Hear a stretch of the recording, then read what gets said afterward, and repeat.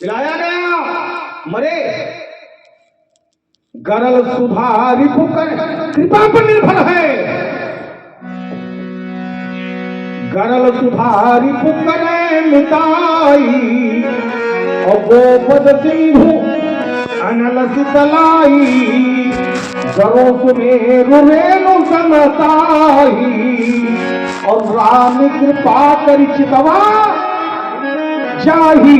अगर उनकी कृपा हो जाती है तो ये सब कुछ बदल जाता है।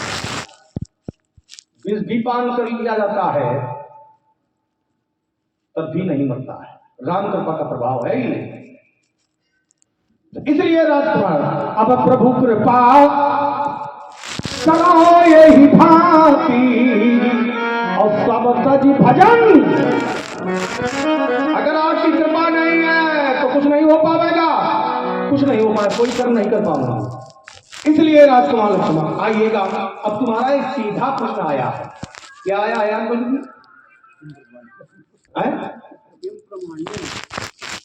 नहीं, किम प्रमाण क्या प्रमाण क्या है? हाँ, प्रमाण क्या है? प्रमाण की परिभाषा। हाँ, परिभाषा। वेद पुराण शास्त्र से अगर कोई बात कही जाए प्रमाण है। प्रत्यक्ष में देखी हुई बात कही जाए तो प्रमाण है। अनुमान प्रमाण है। प्रत्यक्ष अनुमाना प्रमाणा ये प्रमाण है। ये प्रकार है। मैं परिभाषा पूछ रहा हूँ। ये प्रत्यक्ष अनुमान आगम ये तीन प्रकार हैं। ठीक ठीक। हाँ, मैं परिभाषा पूछ रहा हूँ। इन्हीं में से परिभाषा भी नहीं था। इन्हीं में से परिभाषा निकलती है। इन्हीं में से इन्हीं में से अगर वेद पुराण शास्त्र की बात को हम तुम्हारे सामने रख रहे हैं, परिभाषा है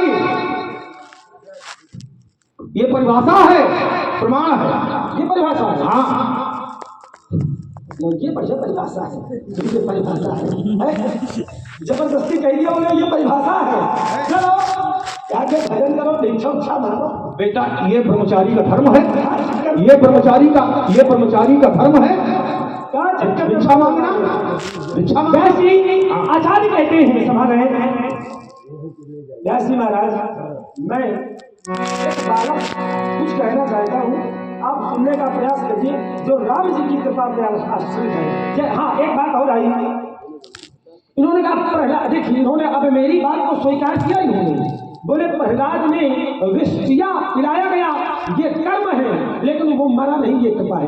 आप हैं श्री हीरालाल गौतम जी, गोयरा निवासी। आपके द्वारा इस सुंदर संवाद में 50 मुद्राएं समर्पित हुई हैं। बहुत बहुत धन्यवाद साधुवाद। आचार्य कहते हैं श्रीमान पवन पांडे जी, देवी जी, आपके द्वारा 50 मुद्राएं परशुराम जी और लक्ष्मण जी के चरणों में बहुत बहुत धन्यवाद। आचार्य कहते हैं समाने व्यास जी,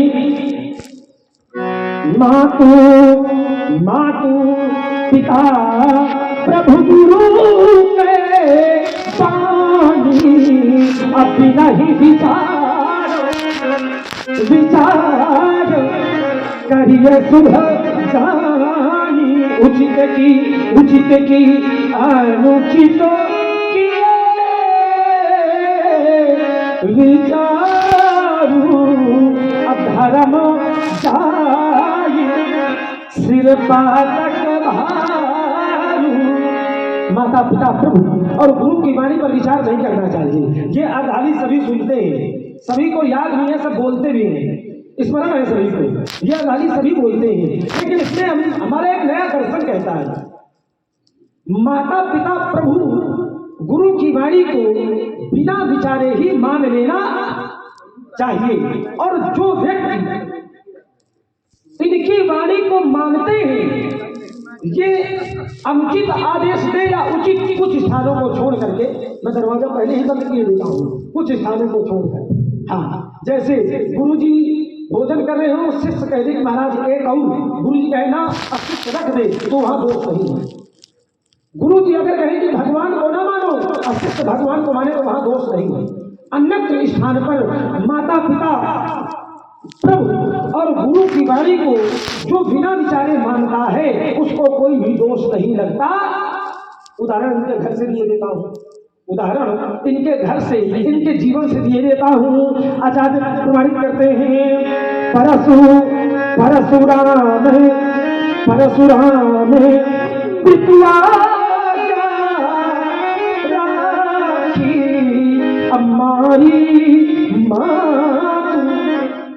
मारी मातु लोग सब साखी। परशुराम जी ने पिता की आज्ञा से माता का वध किया। अच्छा, माता का वध करना ये उचित है कि अनुचित? अनुचित है।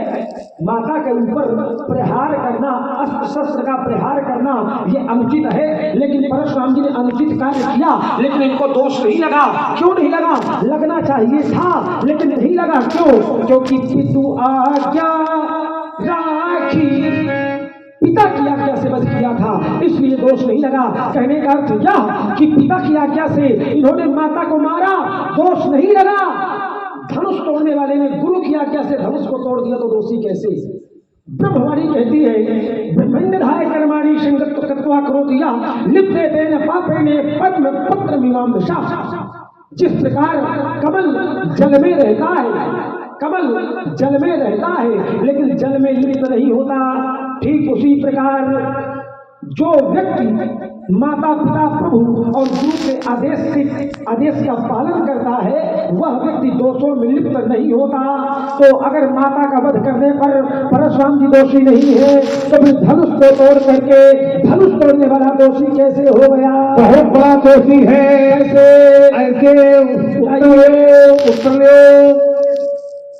परशुराम पितु आज्ञा राखी मारी मात लोग सब साखी, जिससे कहा जा रहा है क्या उसने मानी? हमारा प्रमाण दिया गया है, क्या उसने मानी? नहीं मानी। मोई राज हट दई हो जबाही ये रसा रसातल, नहीं मानी। प्रमाण तो बहुत दिए गए, हमारा भी प्रमाण दिया गया जो तुमने पढ़ा है, लेकिन नहीं मानी उसने। तो क्या उसको पाप लगा? ये उचित की अनुचित किए विचारू और धर्म जाए सिर पातक। क्या उसका धर्म चला गया? क्या उसके सिर पर पाप लगा? नहीं लगा। बहुत प्रमाण दिए गए, तुमने हमारा प्रमाण दिया है। अब आइए, इन्होंने बचाने का प्रयास किया धनुष तोड़ने वाले को कि जैसे आपने अपनी माता का शिरोच्छेदन किया और कोई पाप नहीं लगा, ठीक, अधर्म नहीं लगा, अपयस नहीं लगा, तो धनुष तोड़ने वाले ने गुरु की आज्ञा धनुष तोड़ दिया है। अच्छा ये बताइए, जिसने आज्ञा दी थी कि शिरोच्छेदन करो, अपनी माँ का शिरोच्छेदन करो, जिसने आज्ञा दी थी, उनका संबंध क्या था आपस में? पति पत्नी का, ठीक। एक पति ने अपनी पत्नी का शिरोच्छेदन करने की आज्ञा दी, ठीक है, उनकी पत्नी थी, आज्ञा दी, यद्यप है अनुचित, लेकिन उनकी पत्नी थी। अच्छा, जिस गुरु ने आज्ञा दी है क्या उसका धनुष है? वो जिस गुरु ने आज्ञा दी है क्या उस गुरु का धनुष है? नहीं है। जोड़ो कि जुड़ है कहीं से, ठीक है। आइएगा, फिर देखिए, फिर मैं जोड़ रहा हूं, बिल्कुल जोड़िए। पिताजी ने आज्ञा दी मां का शीश काटो, मैंने काट दिया। पिताजी प्रसन्न हो गए, उनका वरदान मांगो। अपराध है ये मैं जानता हूं कि मां पूजने के लिए होती, काटने के लिए नहीं होती है। ये मैं जानता था कि अपराध हुआ है, तो हमने कहा कि हमारी माता जी को पुनः जीवन दान दिया जाए, ठीक, जिला दिया, यथावत करा दिया, कहने का प्राय। अब जिस गुरु की आज्ञा से धनुष तोड़ने धनुष तोड़ा है, मैं विरोध कर रहा हूं, उठना बैठना आ रहा है पूरी समाज को, ठीक, तो कम से कम अपने गुरु जी के आशीर्वाद से धनुष को यथावत करा दे, हमारा कोई विरोध नहीं। तो बात आपकी भाई जोड़ करके तुम दी, हमने माता को यथावत करा दिया। अब धनुष तोड़ने वाला अपने गुरु जी के आशीर्वाद से, गुरु जी के वरदान से धनुष, भाई ये विरोध समाप्त हो जाए, ठीक है। अभी आधारी तुमने पढ़ी थी, सुर नाग नगर नर नारी सोचे सकल त्रासुर भारी, तो ये विरोध समाप्त हो जाएगा, यथावत करा दे। चलिए, बहुत सुंदर। अब बढ़िया, मेरी बात को ही आप सुने, आपने उत्तर बढ़िया दिया है।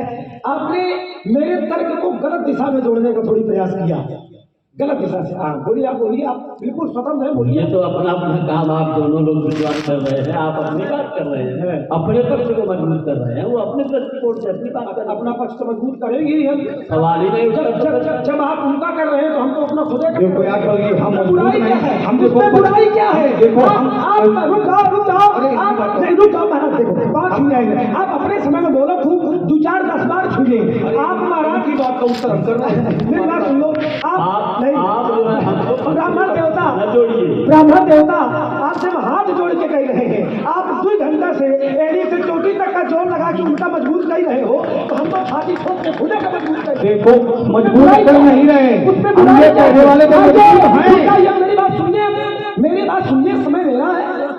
हमारा उद्देश्य केवल सत्संग प्राप्त करना है। लड़का जान के दबाव नहीं है। आरोप न लगा। सवाल कुछ नहीं है, आपकी भी सही बात का समर्थन करेंगे, लेकिन